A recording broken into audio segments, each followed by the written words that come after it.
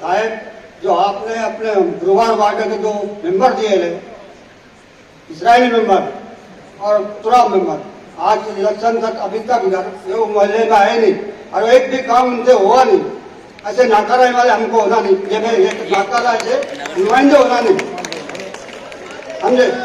और हमारे गुजारिश है कि ये वार्ड में सिविल हॉस्पिटल का एक हॉस्पिटल बनाया है। ये वास्तव को यहाँ से बहुत दूर जाना पड़ता है, बुजुर्ग लोगों को तकलीफ होती है। देख भाई जो ग्रामीण भागों में काम पड़ेगा, ऐसा सिविल हॉस्पिटल यहाँ शामिल करना चाहिए। फंड लागे। हाँ तो मैं तुमको बहुत दोनों सवालात आपसे सही है, लेकिन अब जो हुआ वो गुजर गया। 4.5 साल पौने 5 साल मुकम्मल हो रहे हैं। 3 महीने में इलेक्शन आ जाएगा। वार्ड अलग अलग तरीके से बन सकते हैं, वो गवर्नमेंट का इलेक्शन कमिश्नर का काम है।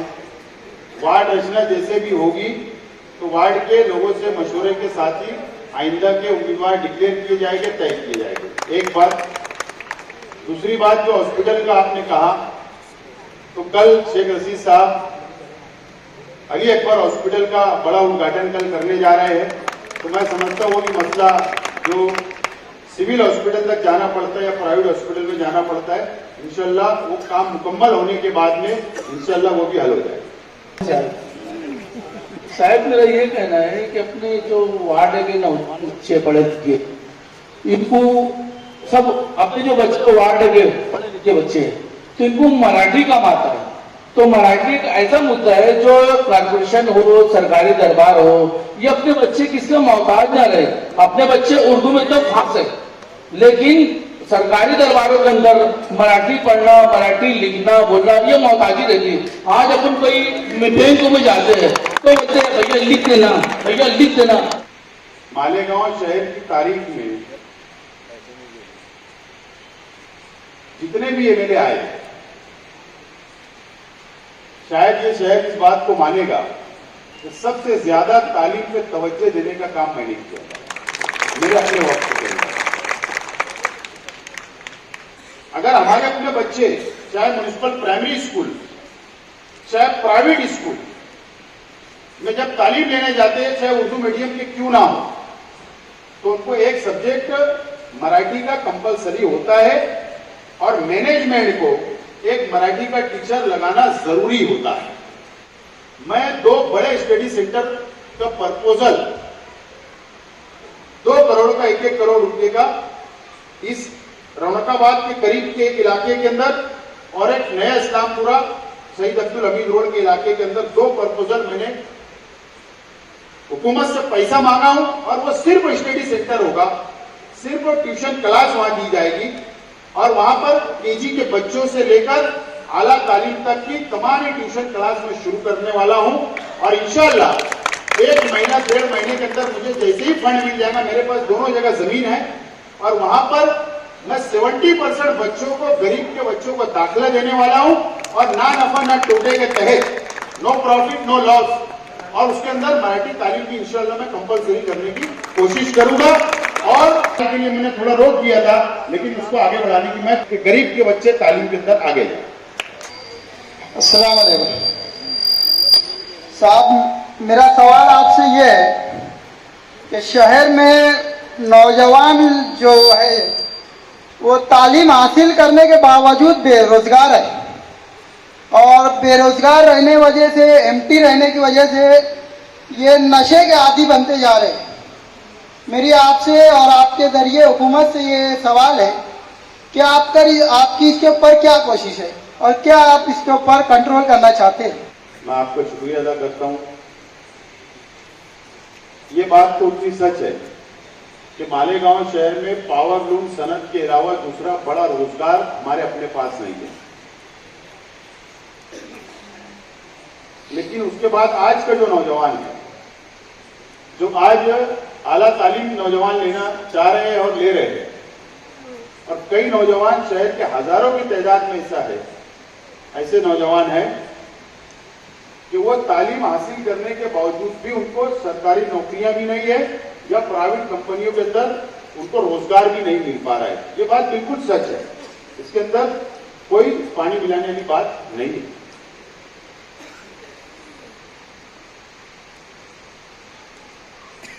अब इसके ताल्लुक से हमको थोड़ा आगे बढ़ के सोचना पड़ेगा। मैं अगर पुणे जाता हूं तो मुझे कई नौजवान वहां पर मिलते हैं, आजम कैंपस में मिलते हैं और कई जगहों पर मेरी उनसे मुलाकात जब होती है तो मैं पूछता हूं कहाँ यहाँ पढ़ाई के लिए आएंगे, तो बोले नहीं हम जॉब कर रहे हैं। या मुंबई के अंदर, भिवंडी के अंदर या कई MIDC इलाके के अंदर जाओ तो बोलते हम जॉब करने के लिए आए और प्राइवेट कंपनियों में जॉब करते हैं, सर्विस करते हैं। तो इसका मतलब ये हुआ कि मालेगांव शहर के अंदर प्राइवेट कंपनियां नहीं है, हमारे वहां पर कंपनियां नहीं है, हमारे यहाँ MIDC नहीं है, या हमारे वहां बड़ी फैक्ट्रियां नहीं है जो नौजवानों को रोजगार मिल सके। और आप देखिए, मैं किसी पे तनकीद नहीं कर रहा हूं, लेकिन जो लोग के पास रुपया पैसा है, बिजनेस है, और अगर वो बिजनेस में आगे बढ़ना चाहते हैं तो एक सोच जो है पावर लूम के ऊपर ही आकर टिकी हुई है कि नहीं हमको पावर लूम पर ही हमको रहना है, पावर लूम ही बढ़ाते रहना है और इसी से रोजगार हमको हासिल करना है। लेकिन MIDC की मैं बात को बोलना चाहता हूं यहां पर कि साइना MIDC जो हमारी अपनी है, 500 एकड़ जमीन सरकार ने एक्वायर की, रिजर्वेशन की, 500 एकड़ जमीन, 72 प्लॉट और उसके बाद एक और लाट आया, यानी तकरीबन 200-300 प्लॉट सिर्फ रिजर्वेशन किए गए और लोगों ने उसको हासिल किया।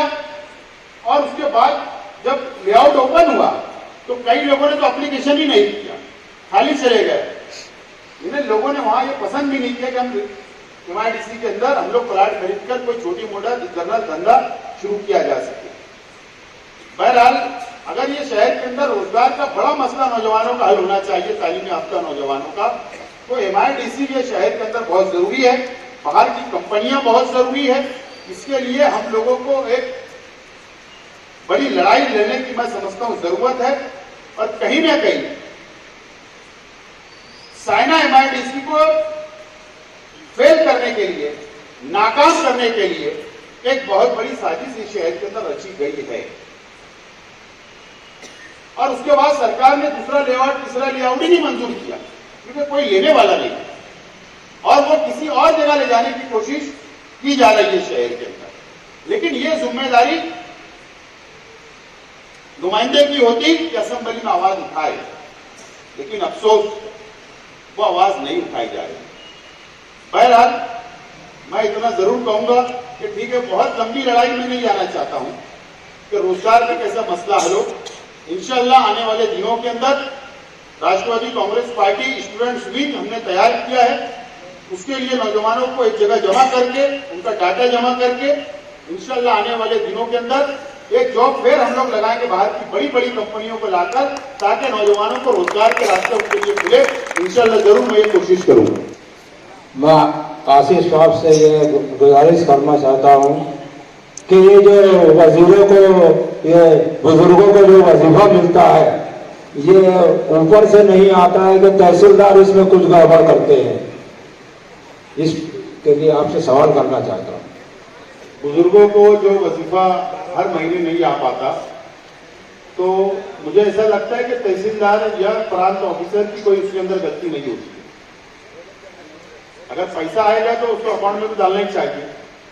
लेकिन 2 साल से संजय निराधार कमेटी का चेयरमैन और बॉडी नहीं है। अब वो भी MLA की जिम्मेदारी की बॉडी बनाना, और आज तक तारीख गवाह है कि आजादी के बाद से संजय निराधार समिति का चेयरमैन MLA ही होता था। मैं जब था तो मैं भी था, लेकिन ये 2 साल से चेयरमैन नहीं बन रहे थे कोई। तो शकील जानी बेग साहब को राष्ट्रवादी कांग्रेस पार्टी का चेयरमैन अब बन गया है। इंशाअल्लाह आने वाले दिनों के अंदर हर महीने पगार आना चाहिए, इसकी हमारी कोशिश होगी। एक बात, अभी 3 महीने का जो वजीफा आके पेंडिंग पड़ा हुआ है, आ गया अकाउंट में, रुका हुआ है, उसके लिए 3 महीने के लिए कुछ 55 लाख की जरूरत हो रही थी।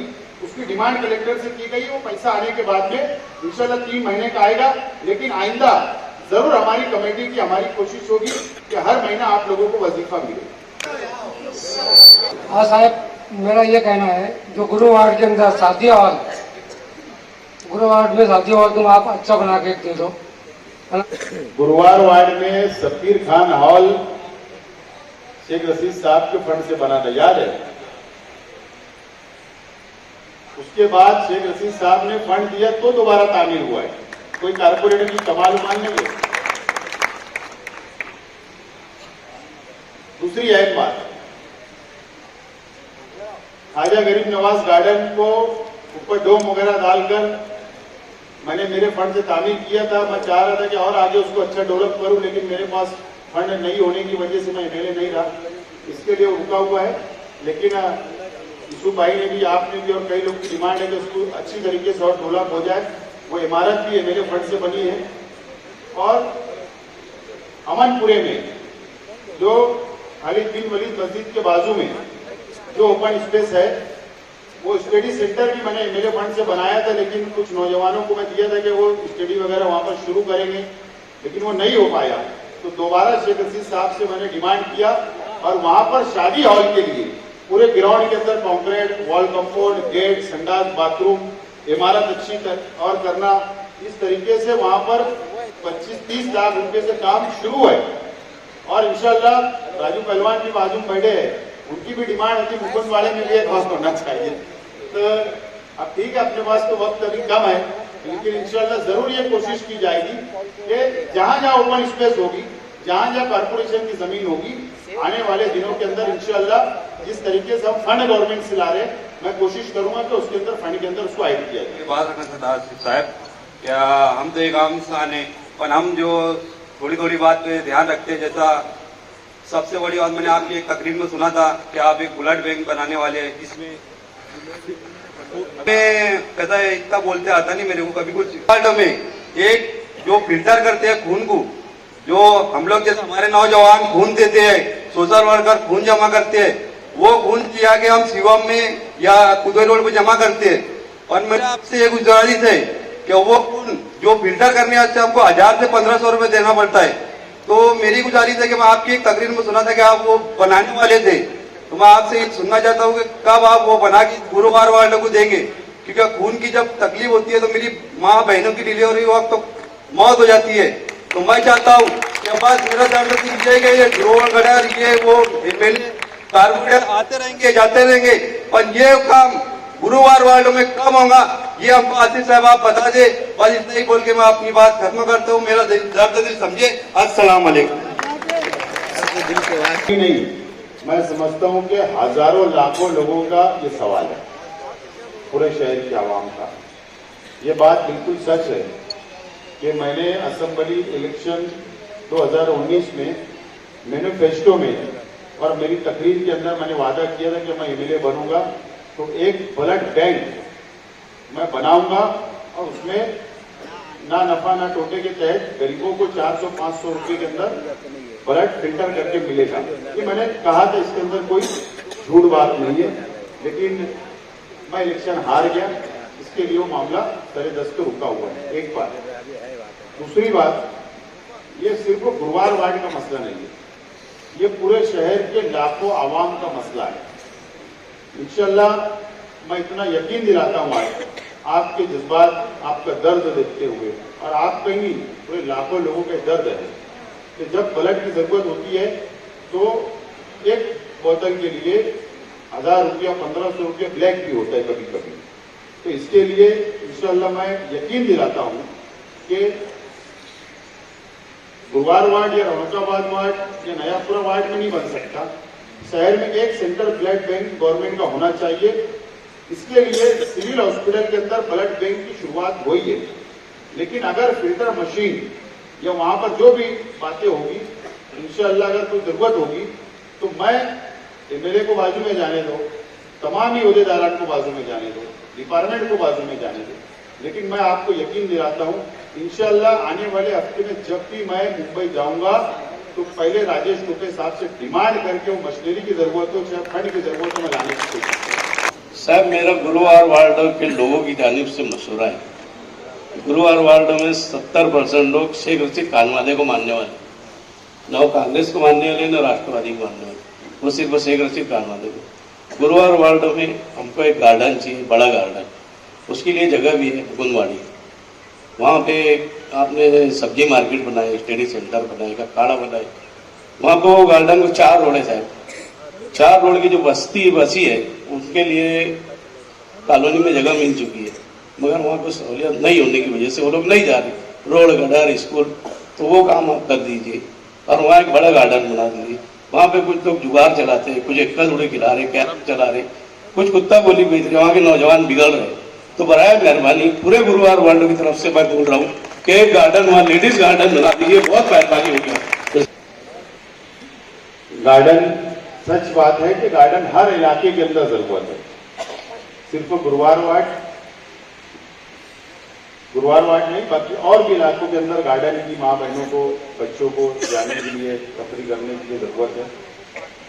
पहलवान, मैं इतना आपको यकीन दिलाता हूं कि मुकुंदवाड़ी सर्वे नंबर 211 में अलग अलग रिजर्वेशन है, वो जितना भी गार्डन का प्ले ग्राउंड का रिजर्वेशन होगा उतनी जमीन के ऊपर कानूनी तौर पर अगर आधा मुकुंदवाड़ी के आधे जमीन के ऊपर गार्डन बन सकता, पाव जमीन पे बन सकता है या पूरी जमीन पे भी अगर बन सकता है तो इंशाल्लाह मैं आपको यकीन दिलाता हूं कि जैसा अंडरग्राउंड ड्रेनेज की मैंने बात किया हूं इंशाल्लाह उसके साथ में मैं ऐड कर दूंगा।